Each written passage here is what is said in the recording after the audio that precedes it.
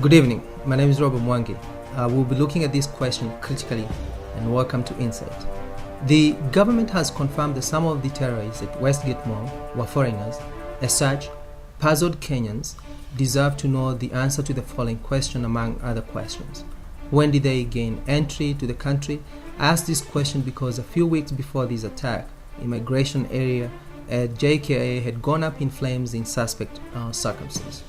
The government ruled out a terrorist attack in this incident within a few hours of the fire outbreak, and even as the affected building at JKIA smoldered. The significance of the airport to the tourism industry and the economy by extension may have informed this preliminary press briefing by the government, which remains official to date.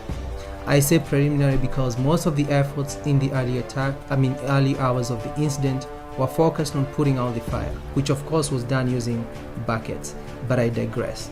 The investigative work that would follow to establish the cause would be scientific as opposed to political declaration, and thus would logically take more than a few hours. Journalists pressed the government at the time to confirm that security was tight, especially at the temporary immigration desk set up at the parking lot to prevent illegal entrance of foreigners in the country. It is conceivable that electrical fault, which was blamed for the fire in the earlier reports, or whatever the cause was, may not have been spontaneous but the work of an arsonist. In the confusion that ensued, reflecting our disaster and preparedness, it is possible that security was breached and foreigners that had obvious reasons to avoid detection may have entered illegally.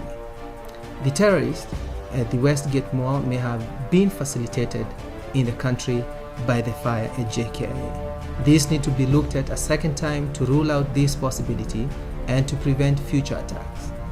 This will also help bring to account rogue immigration officials who may have worked with the masterminds for a bribe without knowing that they were facilitating the terror that followed only 2 months later.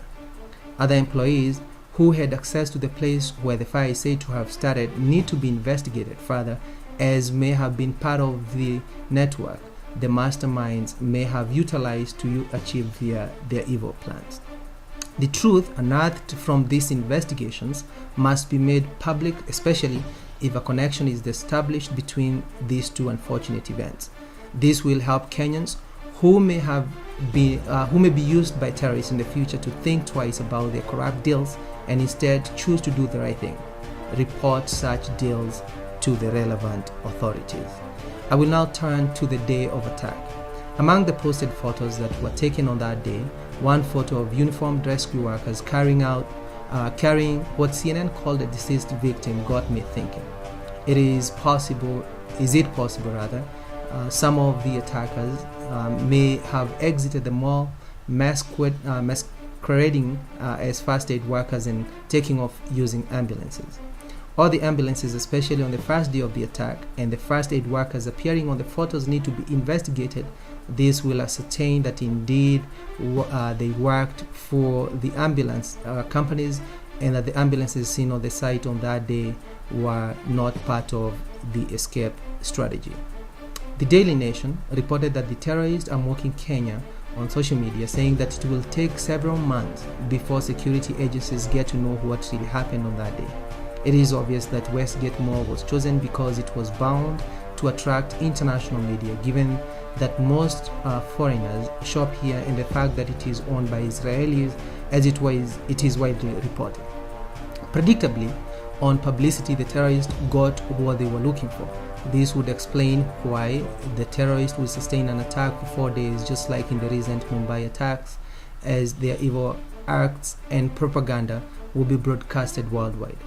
On the same token, the banks on the mall and the ATMs, which may have been stocked with dollars given the clientele at this location and are said to have been looted, may have been a side motive to steal cash, especially in dollars, given that it is a currency of choice in Somalia.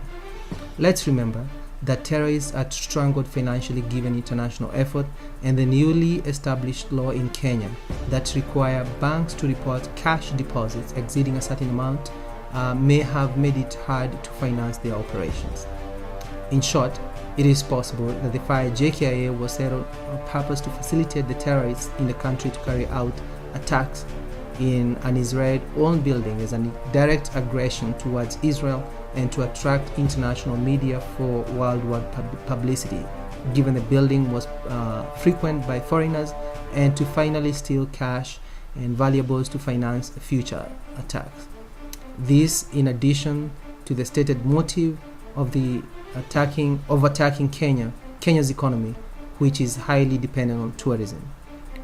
Thank you very much for watching. Here at Insight, we'll continue to bring you insight on the current events that are taking place in Kenya and worldwide for a better Kenya. Thank you. My name is Robert again.